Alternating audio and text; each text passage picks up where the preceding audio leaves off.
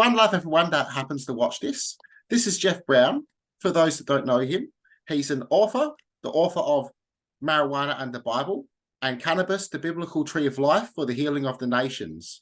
Jeff also has a Facebook group, which I highly recommend for you all to check out. It's called Worldwide One Love, Tree of Life Movement. There, Jeff has posted a free digital copy, a copy of his book, and you can also ask Jeff here for a free digital copy. And if you're ready, would you like me to begin these questions, Jeff? Sure. Well, thank you for the nice introduction. But yeah, lovely having you here. Lovely having you here. And I highly recommend everyone to check out your Facebook group. It's lovely. And your books are amazing.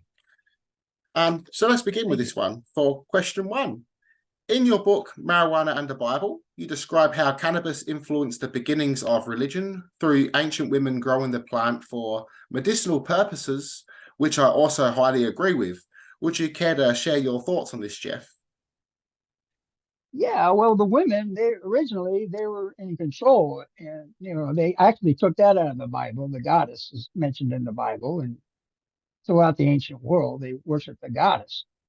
And the women, they were involved in agriculture naturally. I guess the men were more hunters, I guess, and with herbal medicines.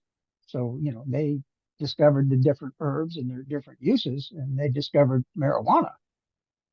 And Carl Sagan even proposes that the pygmies, the first ones to plant marijuana in Africa, that culture actually came out of that first encounter with the plant because it's so useful. It's useful for so many different things, for clothing, for shelter, for medicine, for insight. I mean, it's been one of the most useful plants throughout man's history. Yeah,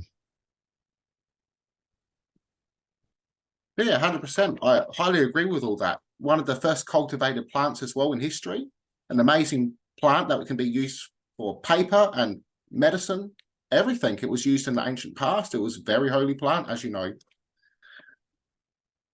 For my next question, I'd like to ask, can you also share your knowledge of cannabis being a holy plant in ancient Judaism and Christianity, and maybe a bit of Gnosticism?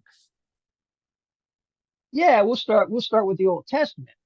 In the Old Testament, they made a holy anointing oil that they used to put all over their bodies, the priests mainly, I think.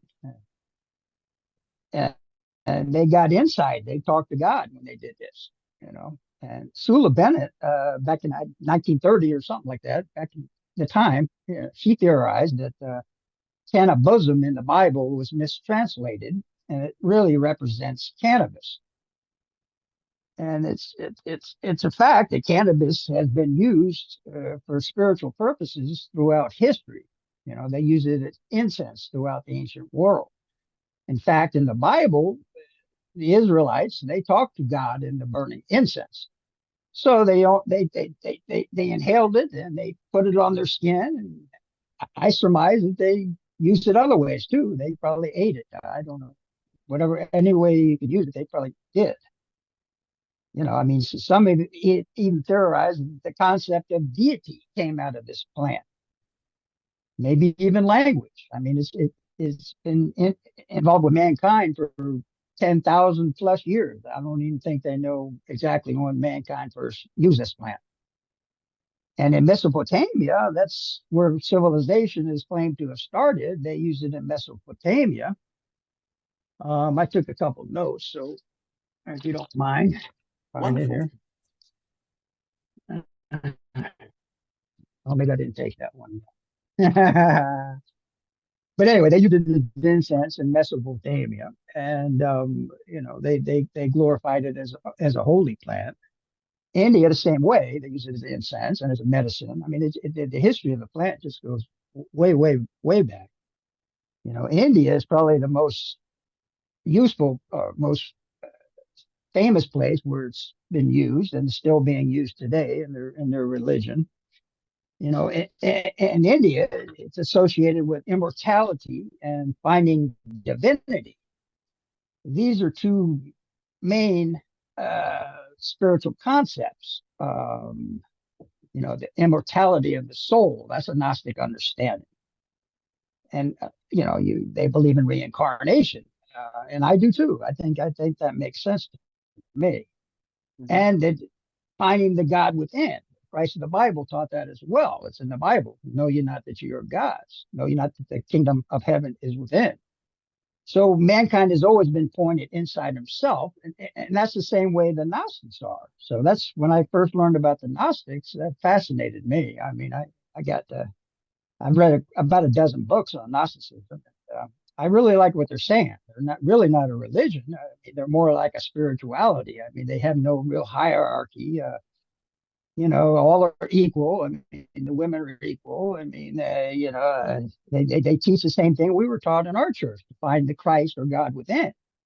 So that's the one thing about the Rasta church I joined as a young man that it really brought me into the church, was that if you're looking for God, look within. And in India, they say, I am he became plain through the use of ganja. They connected with their divinity as well. It was also in India called the incense of Indra. Legend is the angel of mankind lives in its leaves. Tradition says Indra gave cannabis to the people to attain elevated states of consciousness, delight in worldly joy, and freedom from fear. Shiva was called the Lord of Bang. Bang is the same as marijuana. Much of the holiness of Bang is due to its virtues of clearing the head and stimulating the brain to thought. Through its use, one became one with the deity, which is the same thing the Gnostics say. So, I mean, the Gnostics go back to, from what my understanding, they go back to ancient Egypt. I mean, and back to India. I mean, all over the world. I mean, this is a common understanding, but it's been lost throughout time, throughout ages, through the Dark Ages, we could say. So mankind is waking up, I believe, and I think Gnosticism is a big part of that, as well as the ganja. The ganja makes you think, it stimulates the brain to thought, helps you realize your divinity within, your immortality. I believe it does all these things. It's been theorized that is good to bring peace and communion and togetherness. I mean, the history of the plant it's a wonderful plant. Yes, indeed. Yes, indeed. And for the last question, Jeff, could you please discuss your opinion of Jesus and cannabis being used for healing? Yeah, well, Christ actually healed with cannabis in the Bible. I mean, certain ailments, epilepsy, skin diseases, eye problems, menstrual problems. These were all things that Christ healed in the Bible. Now, Christ had a Eucharist. I mean, even the Catholic Church has a Eucharist. I mean, different churches have different Eucharists. Some use wine, some use grape juice. I mean, we were taught in our Rasta church that cannabis was the true Eucharist of the Bible for helping one to find God and immortality. Has many useful applications. It's a medicine. It's been used throughout history. Yes, indeed. Yes, indeed. Thank you so much for this quick little chat as well, Jeff. For all those that like this chat, we will do some more in the future as well. Please check out Jeff's channel, and I highly recommend his books. They're fascinating. Check them out. I've learned a great deal from them myself, so highly recommend 10 stars on them. Peace and love from me and Jeff. Well, thank you very much. Very nice. I I'll enjoyed it. end this recording.